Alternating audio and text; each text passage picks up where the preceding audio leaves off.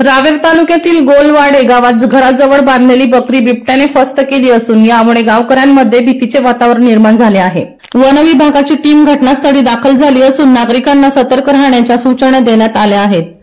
घटनास्थळी मिळालेल्या माहितीनुसार गावाजवळ राहणाऱ्या सुपडा झेंडू जेतकर यांच्या घराजवळ बांधलेली बकरी बिबट्याने फस्त केली।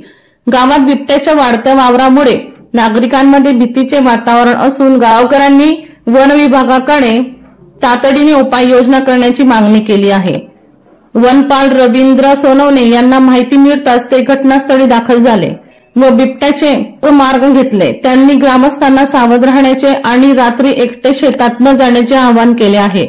गोलवाडे गावात बिबट्याचा वाढता वावर लक्षात घेता वन विभागाने तातडीने पिंजरा लावून बिबट्याचा बंदोबस्त करावा अशी मागणी ग्रामस्थांकडून करण्यात येत आहे। पोलीस राऊंड न्यूजचे मुख्य संपादक शेखर सोनवणे यांचा रिपोर्ट नाशिक।